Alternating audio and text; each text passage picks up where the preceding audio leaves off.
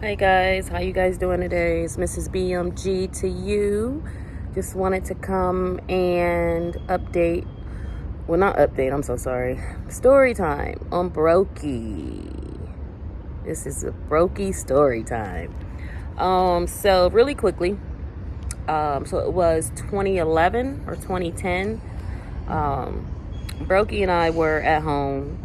We were drinking. We had just watched the Ohio State football game. It was on a Saturday. I will never forget.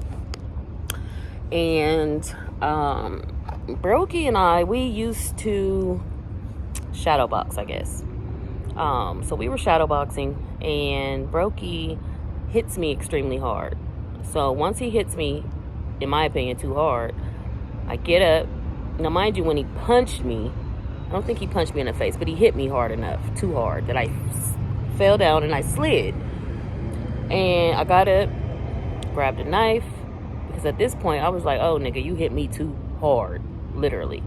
So I got up, grabbed a knife, and I cut Brokey. I cut him.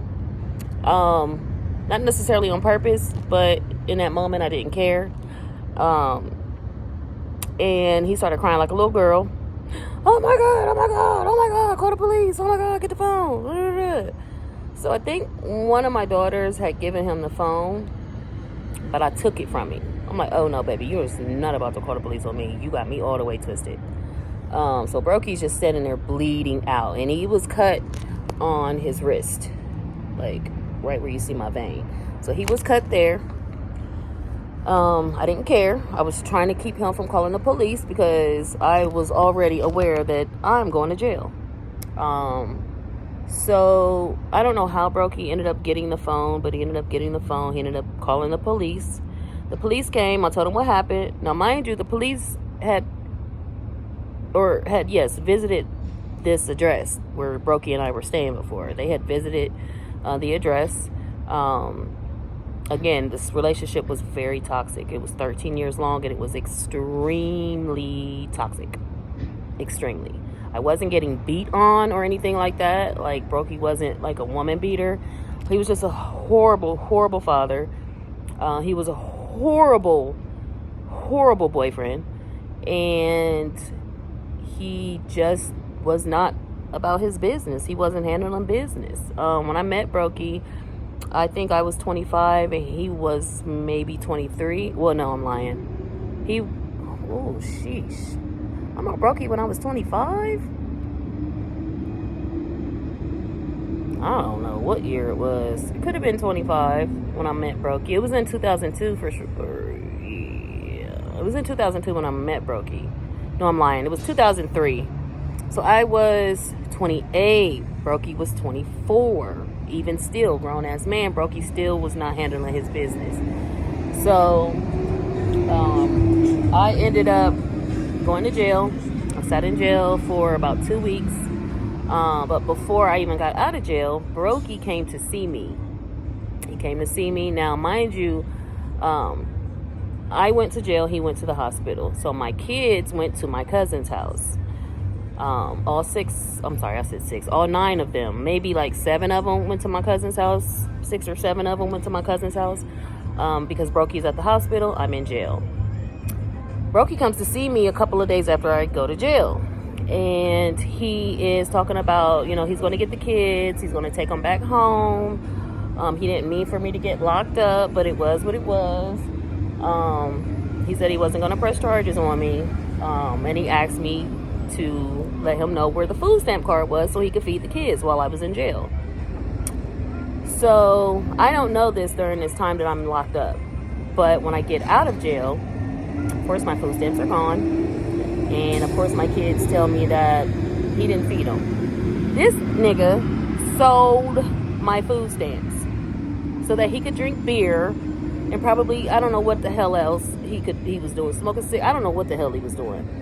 But I know he sold my food stamps. Therefore, my children did not have anything to eat. Why did I go back, guys? I don't know. I was used to him at that point. Even though I knew I didn't want to be with him for the rest of my life, I was used to him. So needless to say, I eventually get out. I was facing 10 years. If it were not for my brother who paid my bond, which was $5,000, I would have just gotten out of jail a couple of years ago. Hence the reason I feel like Brokey has ruined my life. He has left me to be a mother to his children, all